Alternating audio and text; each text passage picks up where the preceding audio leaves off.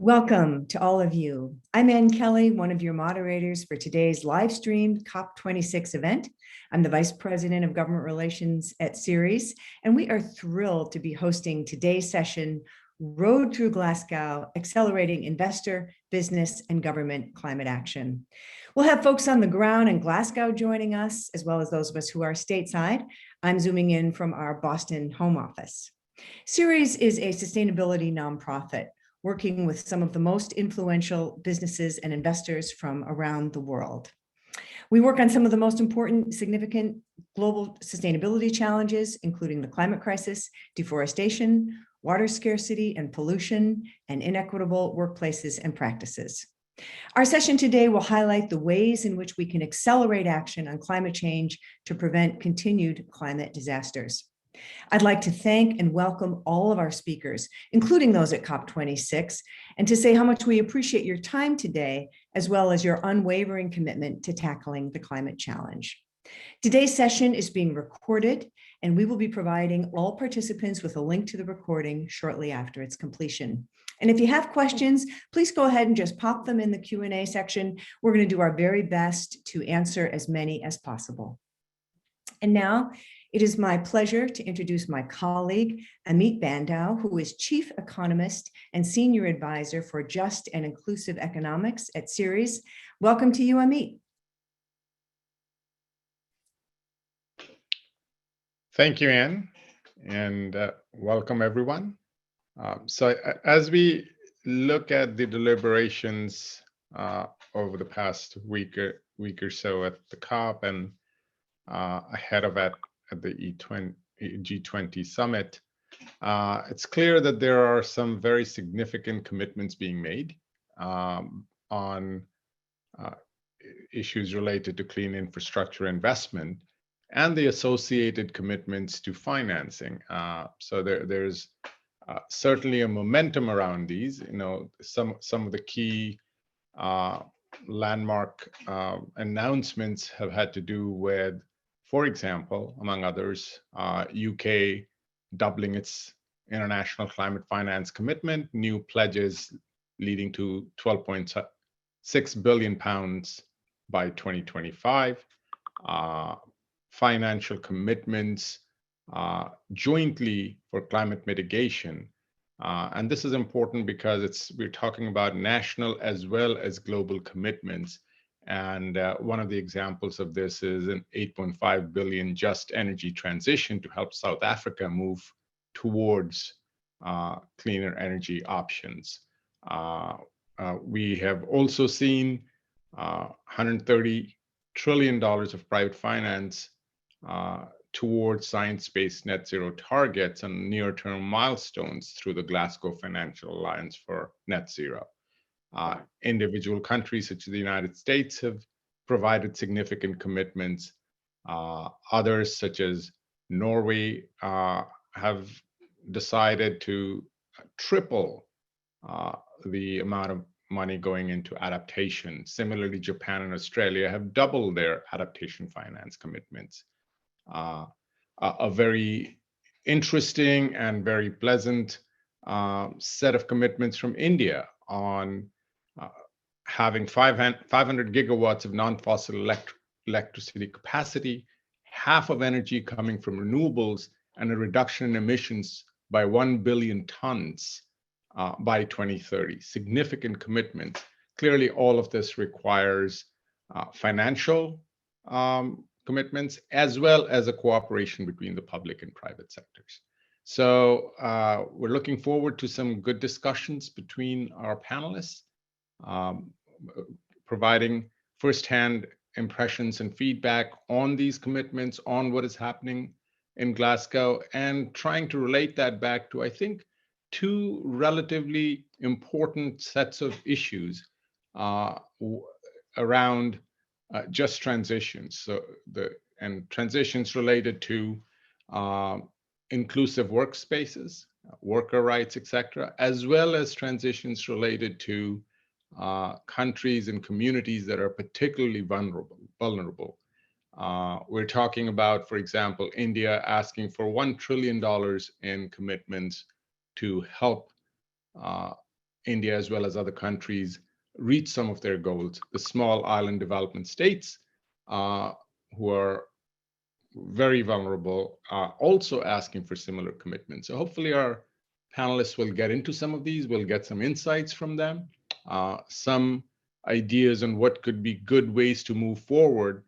And last but not least, for our US audience and those interested in what's happening stateside, it'd be interesting to see what we can gather in terms of the linkages between what is happening in Glasgow and what's happening here in Congress as we look towards the Build Back Better globally, the agenda that is being debated on, and hopefully we will get some good results out of the deliberations here. So the linkage is there between things such as infrastructure investment and just transitions, ability to gather the appropriate scale of financing and involve both public and private sectors. So hopefully this discussion will lead us to some insights. And with that, I'd like to hand the proceedings back to Anne.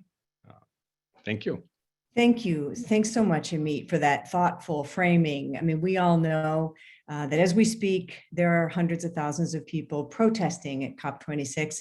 But what you've done is to point us in the direction of what's constructively, positively taking place. And that's some of what we are going to grapple with today. And thank you for the reminder that we are all on pins and needles as we get close to what may be a House vote on the Build Back Better package. More on that to come. But at the moment, I'm thrilled to introduce our colleague, Alison Cassidy. She is Deputy Chief of Staff for Policy at the U.S. Environmental Protection Agency. A warm welcome to you, Alison. Thank you. Thank you for having me. You can hear me okay? Just nod. You are coming through just beautifully. And first off, congrats on being part of this transformative administration. You know, those of us who follow your work closely know just how much the EPA has accomplished in less than a year. So congrats to you. But today, there you are in Glasgow, and I would just love to have you kick us off by telling us, what are you most excited about in terms of what you're seeing at COP26? Well, I'll have to say we're not in Glasgow yet. We leave this weekend, the administrator and I, and a couple of others, but we are so excited and eager to show the world that the Biden administration means business when it comes to tackling climate change, and that EPA in particular is, you know, ready to be at the tip of the spear, so to speak, using all of its authorities that Congress has already given it under the Clean Air Act and other statutes. And we're also excited because the administrator is scheduled to headline some important events. If you don't mind, I'll highlight one of them. Well, one on November 11th, he is going to be leading a youth climate leader and environmental justice roundtable. He will be moderating a discussion with youth leaders from around the world who really are the tip of the spear, so to speak, and are the future. And they are playing such a significant role in addressing climate change and pushing action, including the protesters who are there today. But he's also leading a wonkier event, I should say, on combating the illegal trade of hydrofluorocarbons. This is one of the things that EPA has achieved so far in the first 11 months of the administration. We finalized a rule in September that will phase down the production and consumption of HFCs by 85% within the next 15 years. And we've also announced an interagency effort to develop a strategy to detect, deter, and disrupt any attempts to illegally import or produce HFCs in the United States. And of course, this is going to require some international cooperation. So we'll be discussing opportunities with our partners to improve compliance and to deter illegal trade. That's tremendous. And thank you for reminding us about your commitment to HFC phase down. Ceres Policy Network was very much behind that effort. We supported you in that effort. And thanks for underscoring EPA's unique commitment to environmental justice this round. Talk a little bit about what are you finding most challenging at this point, either at COP26 or on the domestic front? Where would you begin? Oh, I don't know. How much time do y'all have? Well, I mean, obviously the scale of the problem is the biggest challenge. On the first day of the COP, President Biden called on leaders to do more to raise our ambition because the world is falling short. And so Glasgow is essential to really kick off a decade of ambition, action, innovation, and because we know the window for limiting action to 1.5 degrees limiting warming to 1.5 degrees is narrowing. So that seems to make every conversation, every decision that much more pivotal. And so that's a challenge. And I mean, another challenge, I guess, is, the United States has a lot to make up for, given the decisions of the previous administration. So that's why the President Biden has been outspoken and prioritized climate change since day one domestically, because we can't go into international negotiations without taking bold domestic action. They go hand in hand.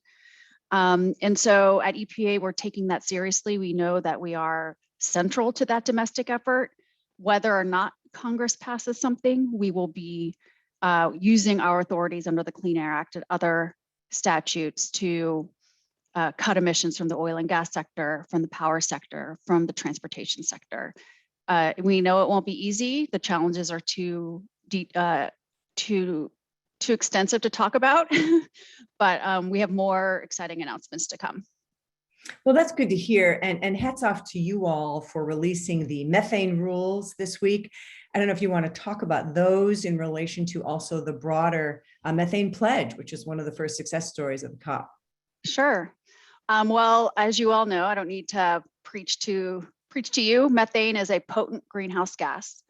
And according to the latest IPCC report, it accounts for about a third of the warming from historical human emissions. So swiftly reducing methane pollution is probably the single most effective strategy to reduce global warming quickly. And so that's why the global methane pledge is so important. I mean, as you know, more than 100 countries have committed to reducing their emissions significantly, and in order to keep that goal of 1.5 degrees warming within reach. And in the United States, the oil and gas industry is the largest largest industrial source of these methane emissions. And it emits more methane than 164 countries combined. So EPA proposed new rules that will significantly broaden and strengthen the methane emissions reductions from oil and gas facilities, from new and existing. So for the first time ever, it requires states to develop plans that will reduce methane emissions from existing sources. So the equipment, the well sites that are already out there, that's about 300,000 oil and gas well sites. So overall, we are hopeful that the proposed requirements, once finalized, will reduce emissions from sources, equipment, and operations by about 75%. And I would be remiss to not note for the business community that, this proposal builds on the work of leading companies that are using the latest cost-effective technology to reduce emissions in the field. And it applies the lessons we've learned from those companies, but also the oil and gas producing states themselves that have put methane pollution reduction regulations in place. Excuse me. Well, that's tremendous. And hats off to you. Thank you for kind of describing the scope and the scale of this problem. And you mentioned the business community. I want you to know that we have pledged to bring the investor community and the business community behind these regs. There's been lots of briefings ahead of time. We've met with your office many times on what these regs are going to look like. And already I have seen members actually from the oil and gas community coming out in favor of the draft rules. That's a game changer. And I don't know how you've done that, but it kind of leads me to my next question, which is, as you know, we very much try to bring the business community, the investor community forward to support meaningful climate and energy rules and regulations and legislation. What do you think you need at this moment most from the business and investor community? What are the kinds of either the messages or the data or, what kind of support is most helpful? And I ask that right now, but I'd be happy to have you talk about that between now and the end of the administration. Sure. Okay. Well, first of all, thank you for all that Ceres has done. But overall, I would say that, companies need to continue to lead by example. As we issue new rules like these oil and gas methane rules, we say that we truly see them as an opportunity to create new jobs, develop new technologies, and that's not just a talking point. We see these new rules and standards as a means to incentivize the development of new technologies to find new efficiencies. So we want businesses to continue to do that and to, again, lead by example. And then also investors can ask companies, oil and gas companies and others, to go above and beyond EPA standards, show leadership on methane pollution reduction. And then what we also need as the business community is to talk up these best practices, to talk up success stories and show that how it has meaningful benefits for people on the ground, whether it's economic benefits in the form of jobs and local investment, or if it's in the form of less pollution for the communities that live around the oil and gas sites. And then I would add to that, President Biden has launched several initiatives to demonstrate his commitment to partnering with business, entrepreneurs, innovators to really try to boost the development and deployment of new technologies and clean energy technologies. So the First Movers Coalition, for example, which is being led by the State Department, is a platform for private sector to build private sector demand to speed clean energy technology innovation. And so that's just one example, I think, of many that the president has announced at the COP, but then in other forums. So I encourage companies and entrepreneurs to embrace initiatives like this to help accelerate the clean energy transition and to really show how the private sector and the public sector can work together to solve this problem. Well, thanks for mentioning the First Movers Coalition. I'm going to ask one of my colleagues if we wouldn't mind putting a link in the chat. That was quite an announcement. And I want to tell you that when that was announced, I had several other companies write to me immediately and say, who knew about this? How can we get in? Who's setting this up? So I immediately got the State Department contact. But hats off to you. I think that was just a tremendous effort. And your comments on methane are well taken. You raise, of course, again, the environmental justice implications of those rules. And you're highlighting best practices by oil and gas companies and innovation by those who are on the front lines of methane. But I think I also hear you saying that broad business support, and many of our listeners are not in the oil and gas sector, but they provide broad business support as energy purchasers, as major employers in the economy. It seems as though we need the surround sound support for these regulations overall. Is that a fair statement? No, that is a fair statement. I mean, it's not just about the companies that are manufacturing or are involved in the oil and gas operations. It's the whole supply chain, as well as companies as consumers that can have an impact. Absolutely. Well, expect our support. We know we have a comment period, but I think you're going to see a cascade of positive support around those rules. So good news there. Switching for a minute over to what's on all of our minds, which is the Build Back Better Act. And of course, there's been tremendous advocacy around this. And I want to give you the chance to talk about your sense of the significance of the $555 billion investment represented by the current draft of the bill. And I say draft because it has changed a few times, but we're thrilled at the possibility of something passing in the House today.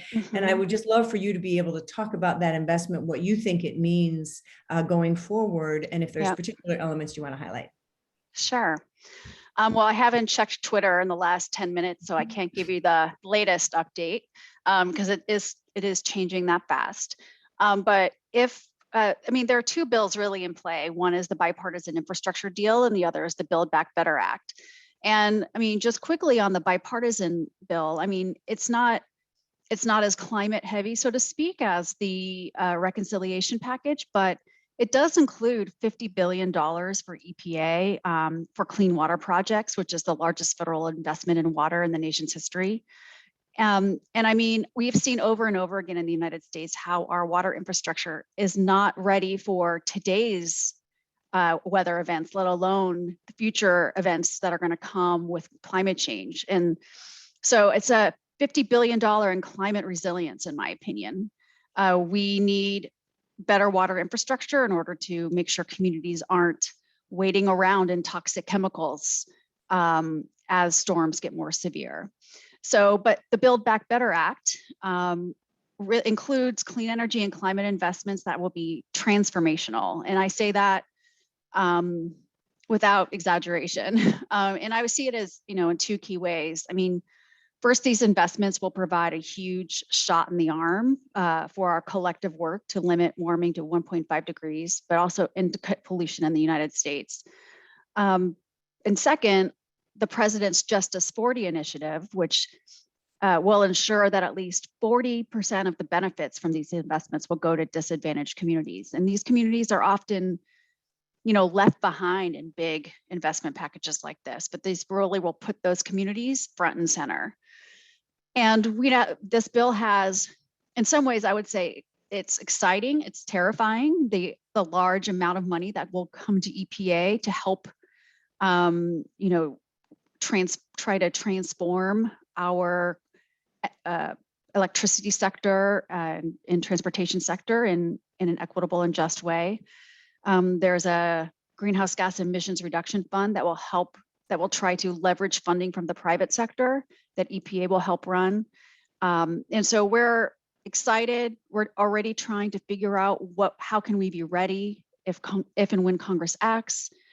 And we are excited to take on the responsibility of using these investments in a way that maximizes emissions reductions, accelerates technology deployment, and really does deliver benefits and outcomes for disadvantaged communities, including communities that have suffered legacy pollution for far too long.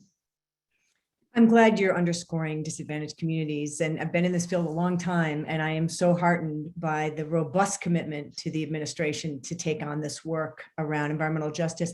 I think our listeners might be interested in how you are currently defining disadvantaged communities, and I know that some of those definitions change from time to time, but I know that this EPA has given this a tremendous amount of thought, and I'd love it if you could share with us some of your insights there.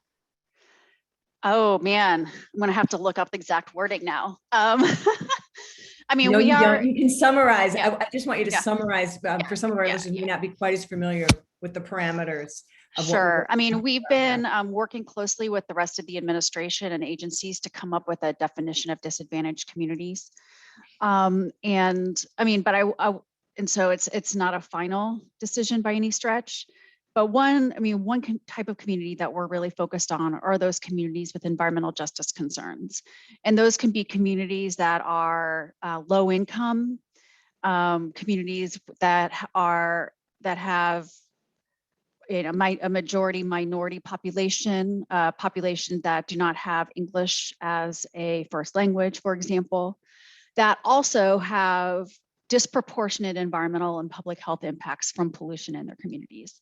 So that's something that EPA in particular is focused on, and that the administrator has been focused on. And right after the COP, he is going to be going on a tour in the southeastern United States. Tour, I hate that word. That's not the right word. That makes it sound like, he's going to be snapping pictures. He's going to be visiting several communities in the Southeast to talk about what they need, both in terms of infrastructure, but also in terms of EPA action to realize true benefits, to improve the quality of life in their communities. That is so essential. And I want you to know that when we've been on Capitol Hill with record numbers of companies and investors, we have been pushing Justice 40 as a major pillar of this effort. So thank you so much for that. It's just critical work. We'll keep our eye on what the administrator is doing. We are huge fans of Michael Regan, and that's just essential. I also wanted to say, and I don't know if you're getting pushback on this, but the $555 billion, while it sounds like a lot, from our perspective, compared to the cost of inaction, it's actually really quite small. And I hope you're not getting pushback at this point. I think we have consensus on that, on the nature of that investment. And I hope you will feel rest assured that our community is endorsing that investment wholeheartedly. Well, no, that's great. And I mean, the scale, this is the challenge, right? The scale of the problem is enormous. And every year that we wait, it just becomes more and more expensive. But I mean, $555 billion is historic for the United States, and it's an important place to start. And also, the way I kind of look at it too is the more progress we make, the more jobs we create in the clean energy sector, the more demand there will be for additional action. Because people will see the benefits of taking this action in terms of public health, as well as the economy. So while this really big first step is not going to get us to the finish line, it's a really important foundational start. Yeah, we could not agree more. It's a historic investment, and just know that, again, you have all of our support, and be looking for our statements of support and applause and in social media and beyond once we get this thing past the House and then the Senate. And we'll look forward to providing EPA support on the implementation, which will be the next big step. Well, Alison, I love your thank you so optimism, much. and thank you. I am optimistic. Yes, we are hopeful. We are glass half full. I'm going to let you get back to Twitter and watching the exciting events of this morning. Work. I'm going to get back to work, not Get Twitter. back to work. Of course, it's all work, but we're keeping our eye on the vote. And best of luck to you and the administrator in Glasgow. We will be live streaming so we can watch his remarks, and look forward to connecting with you very soon. Thank you so much for joining us. Thank you. All right. Next up, I'm thrilled to introduce our friend, David Eichberg, who is Global Head of Climate Strategy for HP. A warm welcome to you, David. Hi, Anne. Good to see you again, too. Good to see you. You're coming through beautifully on video.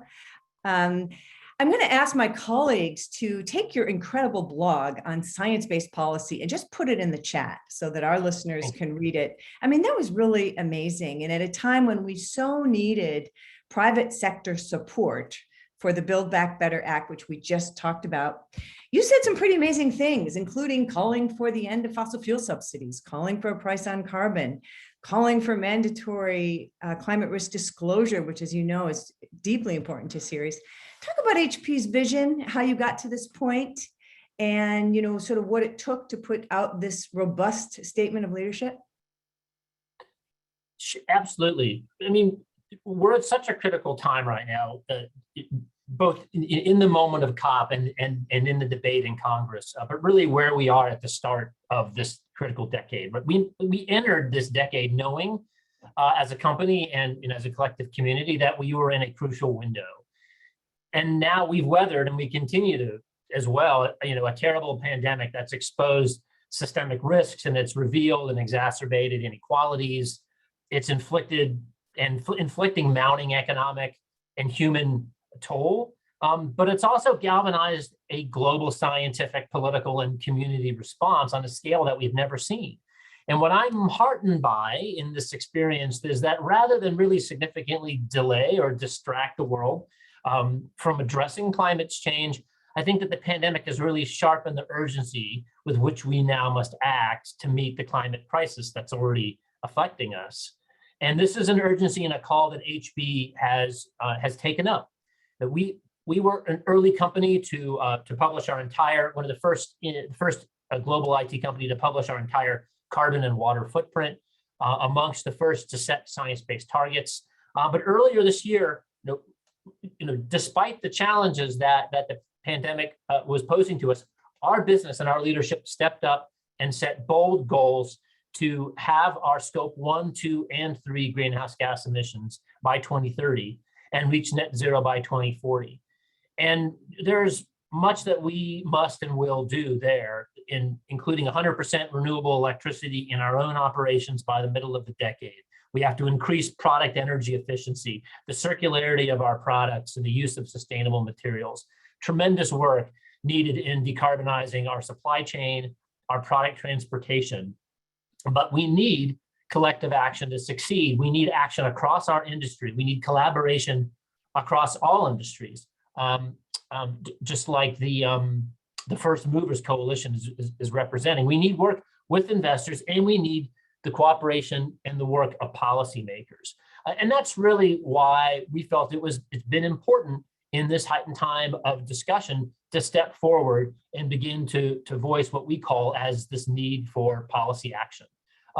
Yes, you mentioned earlier on, we were an early supporter of when the SEC came out to ask for comment. We called for the consideration of mandatory and externally validated disclosure of scope 1, 2, and 3 greenhouse gas emissions, and for reduction targets in line with climate science. We joined, I think it was 800 or more other companies and investors early this year to ask the Biden administration to set a new target in DC to have greenhouse gas emissions in the next decade. And now we are urging Congress to pass robust climate investments and policies that are going to put the US on the track to reach net zero emissions by 2050. And you're right, that's now, given the level of goals that we have, and as I mentioned, so much of this exists in our supply chain, we cannot do this alone. And it is important that we have transparent and consistent price signals so we can put a price on carbon, that we can remove fossil fuel subsidies, to level the playing field, and to really drive deep emissions reductions across the economy. We have to drive that into clean technology, more availability and affordability of renewables across the US and around the world, and do that along the lines of promoting a just transition to both a circular and a net zero economy that addresses the disproportionate impacts that we're seeing in climate change, as well as disadvantaged communities and workers in that transition. Well, thank you for that, David. And thank you for highlighting a just transition, which will be the topic of our next conversation today. You mentioned the need for collaboration from other leadership businesses. And on that note, I'm going to ask my colleagues just to put our wakelet of supportive corporate climate statements in the chat so others can see. And of course, HP's is there right at the top. But there are many, many others who stood up at this crucial moment also to provide support for science-based climate policy. And David, you highlighted two other groups. I just want to invite you to comment on either of those. You said support and the right signals from investors, support from policymakers. I'd invite you to comment and elaborate on either one of those in terms of getting a little more specific on what helps a company like HP, given your challenges, given your incredible vision and goals. What do you think you need most from either or both of those two important groups? Well, let's talk about policymakers, and that isn't to say that the investors aren't important, because I think that's critical. It's critical, the signals that they're giving us, but again, I think what initiatives like First Movers and others now show is how can across sectors come together where we can begin to focus the efforts to really decarbonize what is key parts of our supply chain beyond our direct spend. And what will that look like? How can we make that happen in a collective way? But I'll point to an example, I think, particularly in clean energy, that we were excited to be part of at COP just this week, and that was the Clean Energy Demand Initiative, or CETI, which was announced yesterday. It's really an unprecedented initiative to align the private sector with government support and drive the demand for clean energy and enable that investment in clean energy infrastructure around the world. So this is an initiative that's been launched now and led out by the Department of State, and along with partners of ours, such as the Renewable Energy Buyers Alliance and a number of other peers in that space. They've engaged over 75 multinational companies and a number of governments already just in these first days around the world to assert their commitments to accelerate that transition to clean energy through an increased demand and aggregated demand expression, market development, and commitments to policy action. And that's because so much of not just what we need in 160 facilities around the world, but what we need our suppliers to be able to have for their facilities, and again, up the chain. And quite honestly, what we need to see for our corporate customers and from our consumer customers. They need to have, by choice or by default, clean, renewable energy, so that will lower emissions in both the making and the use of our products, and indeed for all products and services. Absolutely. Well, thanks for highlighting CETI, the Clean Energy Demand Initiative, I think you said, and maybe one of my colleagues can put that in the chat as well. Yesterday was Energy Day at COP26, so really key announcement. And David, one last comment. I want to give you the chance to highlight a core challenge that you're facing? I know you're a member of the National Association of Manufacturers. I'm just going to take a guess that it may be that not all of your peers in the organization are as progressive or forward-thinking as HP. I'm wondering challenges along your journey that you think would be helpful to highlight for our listeners, and maybe even a suggestion on how to confront those challenges, or one challenge that maybe you can highlight. Well, I Or think maybe you don't have any. no, there's no lack of challenges. I'd say, another real tremendous challenge I think that we and many other businesses face is how are we going about transforming our own business models in order to achieve this level of decarbonization? Truly the decoupling of production and consumption with emissions. And for us, there's such a key focus on circularity, and that circularity is going to take the form not just of bringing products back and making sure we can recover materials, but also being able to bring back components, reuse products, to be able to extend product life cycles through repairability and the like. This is the way that really we can move from being a linear means of production and consumption into being circular. And that's going to mean an amazing amount of transformation across the entire value chain. And that includes that manufacturing and what's going to be important for the success of manufacturing in the long-term sustainable outlook. One of the key things we look at in terms of that manufacturing outlook is around 3D manufacturing, and so additive manufacturing and what it represents to an opportunity for electrification of manufacturing and bringing along clean energy and being able to enable a digitization of inventories and distribution from a manufacture and distribute to electronically distribute and manufacture, and what that can mean for extending product longevity, for shortening supply chains, and for dematerializing inventory is really quite transformational. Well, that was quite a tweetable quote you just gave us, David. Moving from linear to circular, there was so much packed in there. I'm going to have to type quickly to be able to tweet it out. This has been so helpful. We are out of time, but it's just really refreshing to talk to you and learn more about HP's leadership. Thank you for being a part of this movement. Thank you for your advocacy. And I hope to see you soon. Thank you so much. All right. It was great to talk to David, and we've heard from the agency, we've heard from the business community. Now we're going to hear from the investor community, and I'm thrilled to tee off our next conversation by introducing my colleague, Reverend Kirsten Spalding. She is Senior Program Director of our Investor Network at Ceres. Take it away, Kirsten. Thank you, Anne. An amazing conversation. There is so much going on at COP and so much going on here at home. I'm delighted to continue the conversation with two old friends and colleagues, Anne Simpson from CalPERS. Anne's title is Managing Investment Director, Board Governance and Sustainability. She is also a leader in our Climate Action 100+ initiative. And we're delighted to have you here bringing the investor perspective. And then my old friend Damon Silvers, who is Policy Director and General Counsel for the AFL-CIO. So I'm going to structure our conversation around sort of three sets of announcements, because the announcements are just hitting us fast and furious from COP, but then ask you for your responses to those announcements with a particular eye to how these announcements and what we expect to happen is going to affect communities and workers. So the three areas, we're hearing amazing things from the investment community. We're hearing quite important announcements from the policymakers, though maybe not everything we had hoped.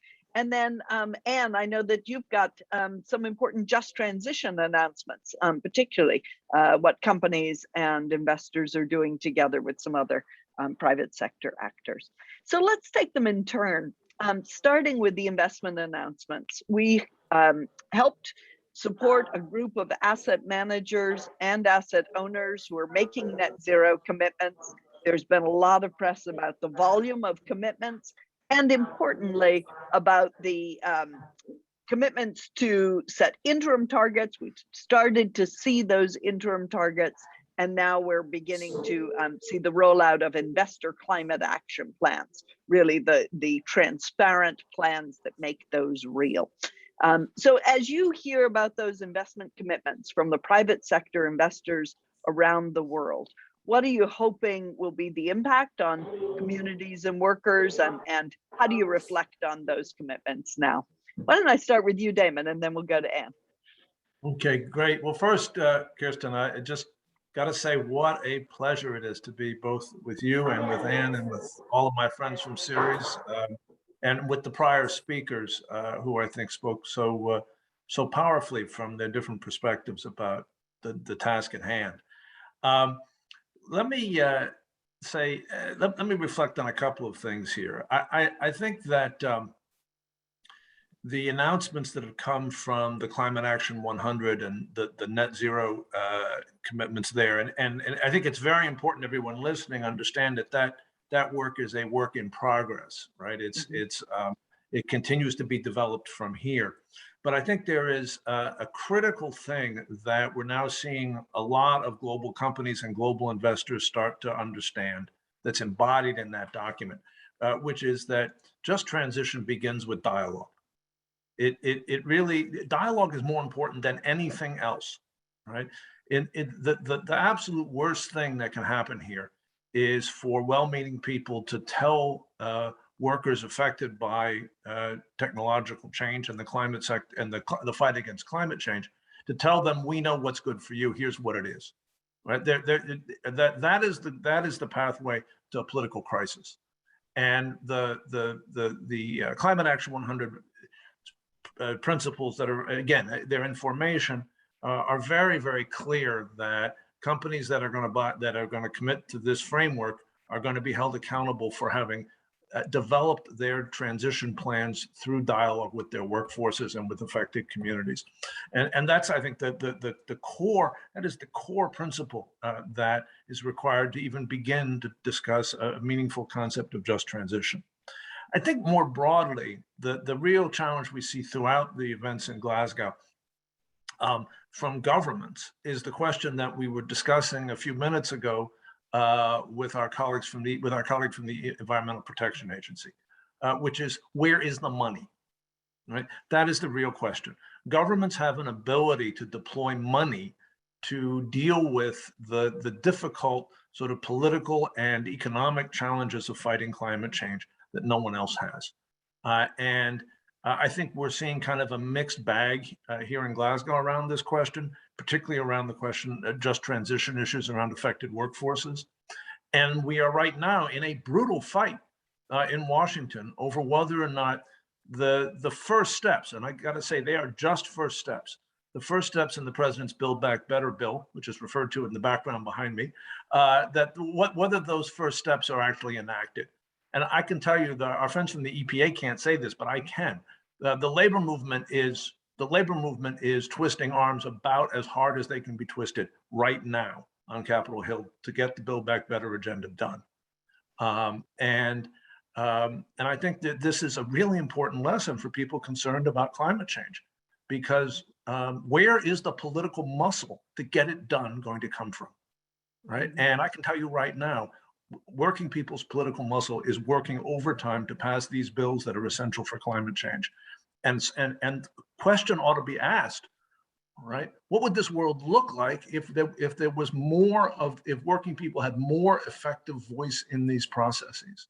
Because we are right on the tipping point here in terms of whether the political strength exists to get the measures passed, get the minimal measures passed that we need to get passed. Obviously, Kirsten, what you asked is a much larger question, but I think that's enough. That's enough of me. So, Anne, you know, CalPERS has been such a leader. You're not only the largest pension fund in the U.S., but you're also really a leader. You have set a net zero. You've made a net zero commitment for the entire fund. Talk to us a little bit about how your net zero commitment fits in with some of these announcements we're hearing at COP, but also specifically how you're thinking about the just transition part of your work to achieve your commitment. Oh, thanks so much, Kirsten, and it's a real pleasure to be here. And Damon, it's lovely to see you. It's sort of ridiculous. We're here together in spirit, and I think we're just a very short space apart, but Glasgow is alive with protest and demands for action. So I want to start by quoting my grandmother, who said, "Fine words, butter no parsnips." So we've got the fine words, and really what Damon and I are talking about is how do we get the parsnips? How do we actually put something on the table that can take care of people? And it's actually very moving to be here in Glasgow, because the Industrial Revolution, so much of it was centered here, but also of the labor movement. And if you look at what was then in the day called Red Clyde, you look at the rent strike, which was led by impoverished working class women, and you look at the shipbuilders and the boilermakers and the labor movement, which coming out of that Victorian horror story of the Industrial Revolution and empire on the back of slavery, you think what working people have done to make sure that we have shared prosperity in some parts of the world's economy.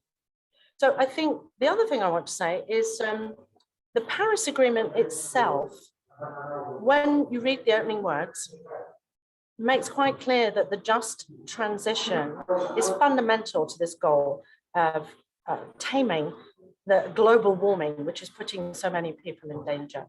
And it talks about workers, but it also talks about indigenous people, the impact on migration, on the poor, on vulnerable communities, on women. And I think we've also got to accept as well and see, acknowledge, and then do something about what's being recognized as environmental racism. In other words, impoverished communities are usually the communities of color, which have created the wealth which we're now trying to direct towards solving these problems which have come out of the Industrial Revolution. So the question then, if fine words, butter no parsnips, what do we do about this? What's the action? And the important thing here is thinking about the role of finance. And for a pension fund like CalPERS, we're taking care of the money, we're investing money, which has been contributed by the wider community through the taxpayers, but also through the workers who are part of our pension fund. There's the firefighters, the police, the judges, the janitors, people who work in universities, environmental scientists, even the good people in the DMV. Think about all the public employees in California that keep that wonderful state working. But we know for every dollar that we pay out in a pension payment, 55 cents of every dollar comes from investment returns. So we both have to acknowledge that the source of the finance is from people's savings, if you like, this is the common wealth, but also in the investment process, we've got to make sure that we're creating this sustainable and shared prosperity, because that ultimately, as fiduciaries, is how we're going to make sure that we can pay pensions.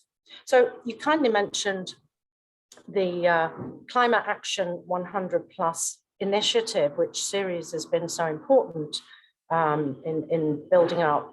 We've now got an alliance of about $60 trillion around the world lined up behind the idea that we need to tackle the companies that are responsible, roughly 100, just over 100, produce about 85% of industrial emissions. That's the good news, because if it's 100 companies that we really need to tackle, we can have a real impact on those. So just to give an idea of the scale, through the dialogue between the owners of the corporation, pension funds like CalPERS, but also it's not just talk, it's the action, it's following through with voting to hold boards accountable.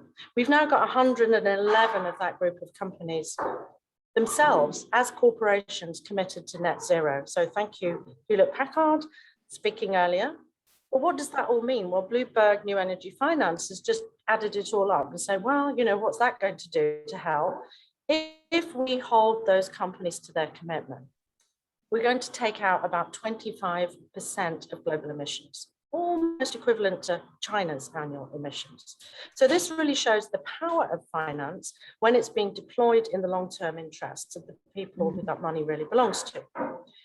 The way that we're checking, and your point was important about accountability, how do we know this is happening? We've developed this net zero company benchmark, which is looking at two things. I'd say number one is information. So we want mandatory climate risk reporting for sure. And in the benchmark, we'll track emissions, but we're also going to track the alignment of the finances. And we want to see that presented through the accounts, and we want to see it audited. We want to be able to vote on board directors and hold them accountable. That's one piece. But the second piece is incentives. So markets need information for sure, but they need incentives to be aligned. And at the moment, the markets are distorted in two different ways.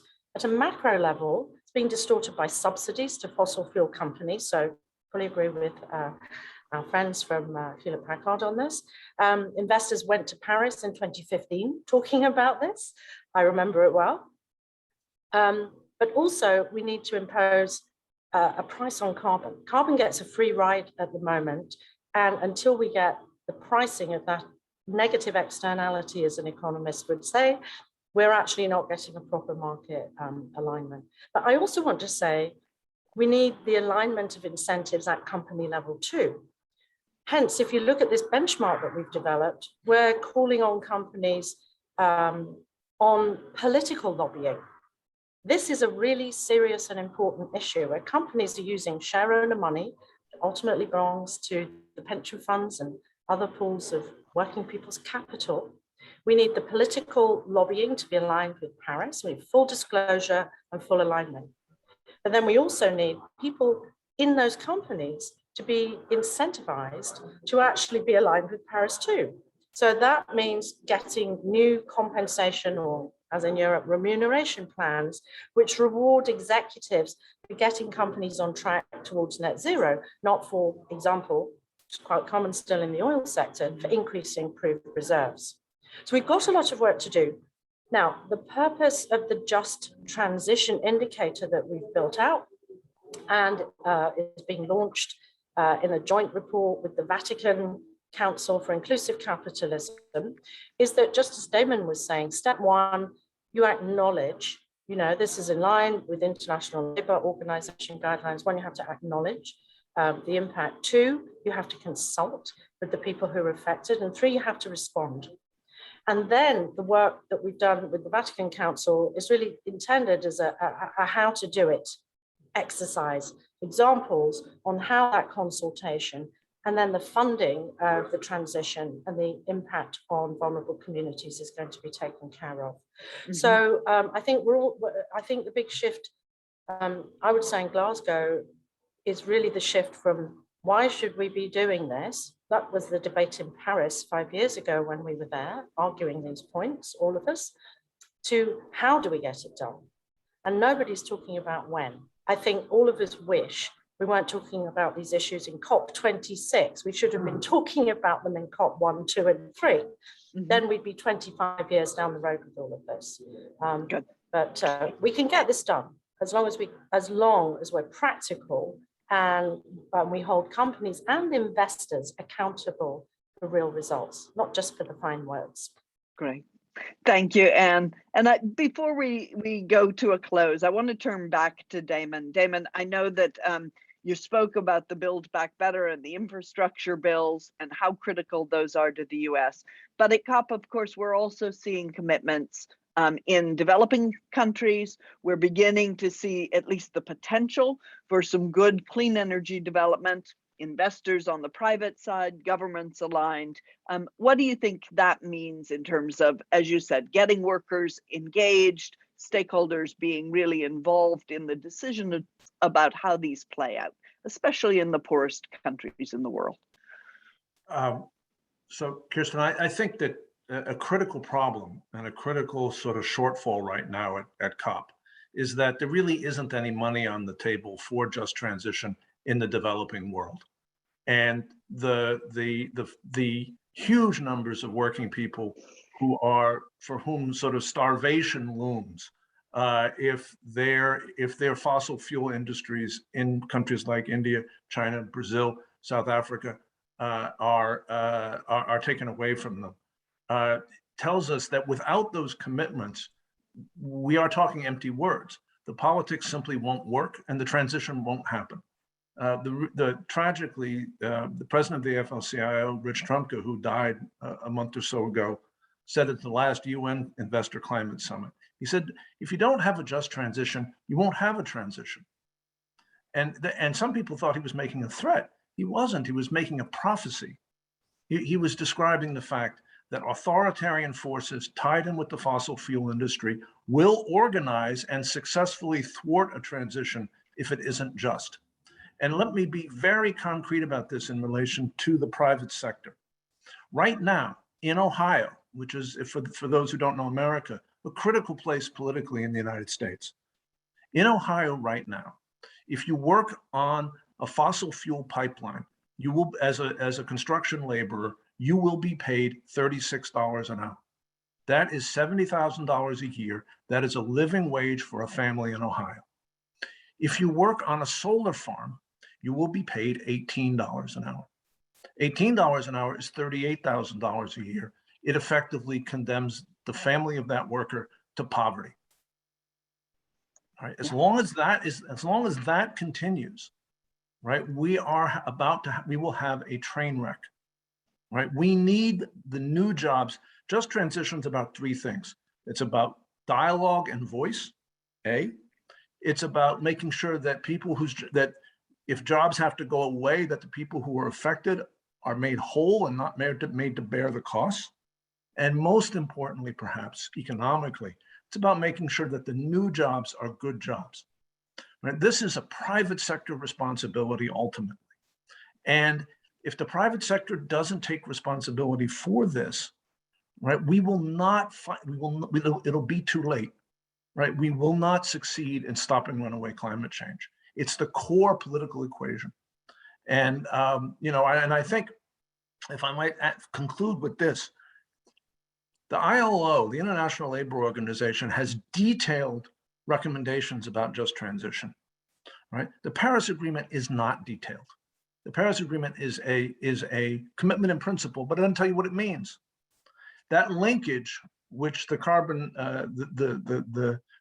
that Ann helps leads is working on, that linkage has got to move in a binding way from the general commitments of Paris to the detailed commitments of the ILO. Otherwise, it's not going to work. Thank you, Damon. I do have to wrap up, but I want to just invite those who are joining us today to participate in these initiatives. There is the opportunity to join the Net Zero Asset Manager Initiative, the Paris Aligned Investment Initiative. If you're an investor, it's time to make the commitment to a net zero portfolio, but to implement it with a climate action plan that identifies exactly how you're going to address just transition and achieve strong interim targets. Join Ann in Climate Action 100+. Really, this is an important initiative, and engage beyond those top 160 heavy emitting companies. Get into the sectors and really work with them on their greenhouse gas emissions targets and the plans that they are implementing that must include dialogue and performance in terms of the jobs being created. I turn it back to my colleague Ann. Just thank you both so much for being with us today.